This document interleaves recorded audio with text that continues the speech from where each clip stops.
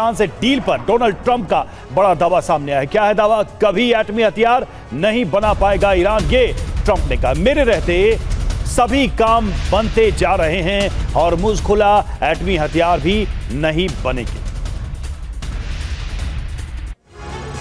तो देखिए, Donald Trump को अपनी तारीफें करना बहुत पसंद है। कह रहे हैं मेरे रहते सब काम बनते जा रहे हैं, लेकिन ये काम तो पहले से ही बने हुए थे। हॉर्मुज़ स्ट्रेट तो पहले से ही खुला हुआ था और ईरान तो पहले से ही कह रहा था कि वो परमाणु बम नहीं बनाएगा। फिर नया क्या हुआ है इतने दिनों की जंग और तनाव के बाद?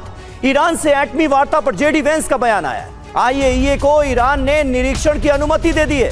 लंबे वक्त के बाद आईएईए के इंस्पेक्टर्स ईरान पहुंचेंगे, इस पर सहमति हो गई है। ये जेडी वेंस ने ऐलान किया है। और ईरान के एटमी प्रोग्राम पर ट्रंप का दावा, जी हां, बड़े हथियारों के निरीक्षण पर ईरान तैयार है। एटमी प्रोग्राम पर ईरान का रुख ईमानदार, ये ट्रंप कह रहे हैं।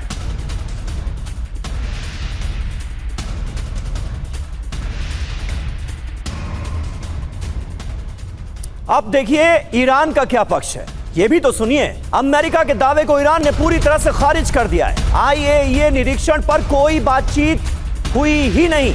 अमेरिकी उपराष्ट्रपति जेडी वेंस ने जो दावा किया है, इसे सरासर गलत करार दिया है ईरान ने। सारे दावों को कर दिया गया है खारिज।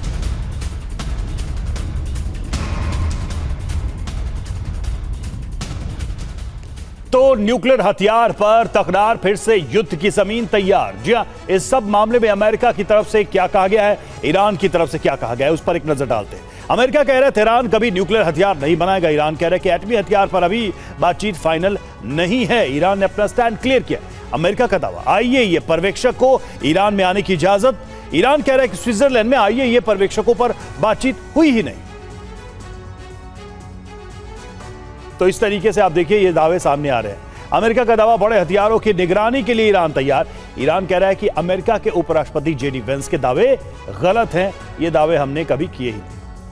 बिल्कुल, और एटमी हथियार पर ईरान ईमानदारी से काम कर रहा है, ये अमेरिका की तरफ से कहा गया। डोनाल्ड ट्रंप अब तारीफ पर तारीफ करते हुए नजर आ रहे हैं ईरान की। और ईरान कह रहा है कि ईरान की तरफ से कोई भी नया वादा किया नहीं गया है। अमेरिका ईरान के बीच कूटनीतिक दांव पेच चल रहे हैं। अपनी अपनी जीत दिखाने की कोशिश दोनों पक्ष करते हुए यहां पर नजर आ रहे हैं। न्यूक्लियर हथियारों पर कुल मिलाकर तकरार दिखती है। घरेलू वजहों से कमजोर नहीं दिखना चाहता है ईरान, यह भी कहीं ना कहीं उसका रुख बता रहा है।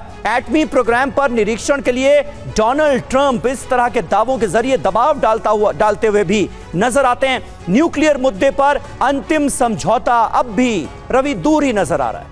चलें सर, अब सवाल ये उठता है कि कितना खुश करेंगे ईरान को ट्रंप। मतलब वो गाना है कि तुम दिन को कहो रात तो मैं रात कहूंगा। ट्रंप कह रहे हैं कि नहीं, रात भी नहीं कहूंगा, मैं कहूंगा अमावस की रात और गहरी रात कहूंगा। क्या वजह है कि ट्रंप कुछ भी बोल रहे हैं, वो भी बोल रहे हैं जो ईरान नहीं बोल रहा है? और क्या वाकई में परमाणु मुद्दा और लेबनान फ्रंट ऐसी बातों से सुलझ जाएगा? जय हिंद, नमस्कार।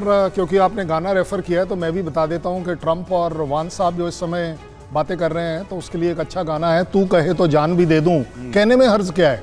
कहने को तो आप कुछ भी कह सकते हो, क्योंकि अगर आप मोटे तौर पर देखें, जो दुनिया देख रही है कि यूएस झुक रहा है, यूएस झुक रहा है, यूएस नहीं झुक रहा है, ट्रंप झुक रहे हैं। ये लड़ाई यूएस की कभी थी ही नहीं। 61.7% लोग यूएस के ट्रंप के खिलाफ थे इस लड़ाई के। इट वॉज अ लड़ाई बाय चॉइस। आप अपने आप आए थे। आपका सेनेट आपके साथ नहीं है। आपके डेमोक्रेट 93% आपके अगेंस्ट है। 33% आपके अपने रिपब्लिकन आपके अगेंस्ट है। आपकी पूरी नेटो आपके अगेंस्ट है। यूरोपियन यूनियन आपके साथ देख नहीं रही। पूरी दुनिया इस समय मिस्टर ट्रंप आपको ब्लेम कर रही है, क्योंकि ये लड़ाई, ये जो एनर्जी की लड़ाई है, ये आपका कहना है। बट फिर भी एक अच्छी चीज हुई है। ग्रुप कैप्टन साहब ने बड़ा अच्छा बताया कि वी मस्ट वेलकम दैट। बिल्कुल, वी विल वेलकम दैट। मेरा ओनली रिक्वायरमेंट इज कि ये जो इस समय दौर चल रहा है, ये बड़ा क्रिटिकल दौर है, और मैं इसे आकलन करता हूं कि आप इस सीज फायर को सॉलिडिफाई करिए पहले।